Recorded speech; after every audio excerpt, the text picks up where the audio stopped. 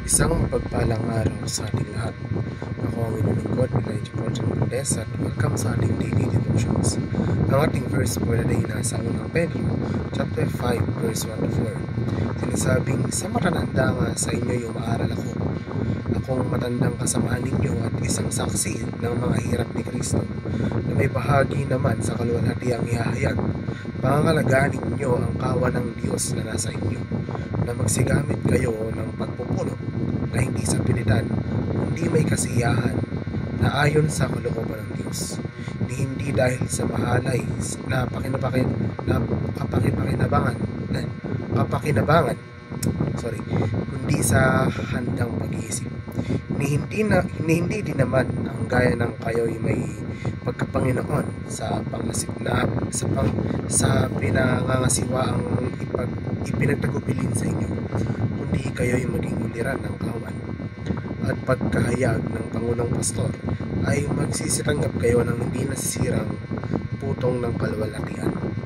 Habang ang pastor ay karaniwang ginagamit bilang sa pangalan upang tumukoy sa isang leader ng relihiyon, ito rin ay gumaganap bilang isang pandiwa na nangangahulugang magpastol o mag-akay ng isang kawan.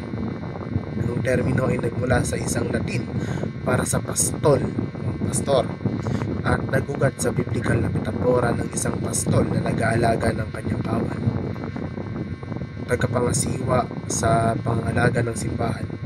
Ang bawat pastor ay nagpapastol ng kawan ng mga lupa. Ito ay isang karaniwang metapora na ginagamit upang ilarawan ang papel ng isang pastor sa isang Kristiyanong konteksto. Itinatampok nito ang responsibilidad ng pastor na gabayan, protektahan at pangalagaan ang mga miyembro ng kanilang simbahan, na madalas na tinatawag na kawan o tupa. Ang bawat tupa ay gumaganap bilang isang pastol sa iba. Ito ay potensyal na nakaligaw sa labis na pagpapasimple ng mga tungkulin sa loob ng isang kawan, lalo na kapag inilapat sa Kristiyanong teolohiya. Bagamat ang lahat ng miyembro ng isang komunidad ng simbahan ay tinatawag na pangalagaan ng isa't isa, ang konsepto ng pagpapastol ay nagpapahiwatig ng isang tiyak na tungkulin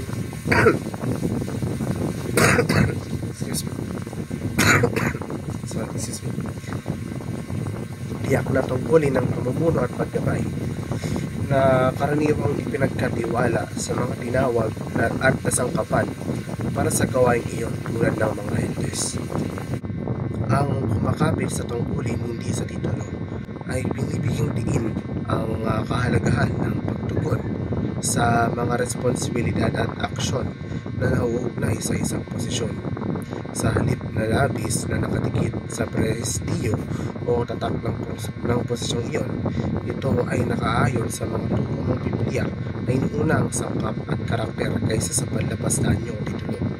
Sa Biblia, ang paggalang at pagpapasakop sa pamumuno ng simbahan ay kinabibilangan ng paggalang sa kanilang otoridad, pagkilala sa kanilang tungkulin sa espiritual na patnubay, at aktibong pagsuporta sa kanilang ministeryo. Ito ay batay sa pagkaunawa na ang mga pinuno ng simbahan ay hinirang ng Diyos upang bantayan ang mga kaluluwa ng kongregasyon at magbigay ng pananagutan para sa kanilang pamumuno. Ang pagiging pastol ng bahantong sa iba kay Jesus ay nagsasangkot ng pagpapakita ng pag-ibig tulad ni Kristo, pamumuno sa pamamagitan ng halimbawa at paggabay sa mga tao tungo sa isang mas malalim na relasyon sa Diyos. Kabilang dito ang pagpapatibay ng pagtitiwala, paglalaan para sa kanilang mga pangangailangan, at pagiging sakripisyo sa iyong paglilingkod sa kanila, katulad ng isang mabuting pastor. Muli, ako ang inyong lingkod, Elijah Porjan Valdez, at dito na nagtatapos sa daily devotions.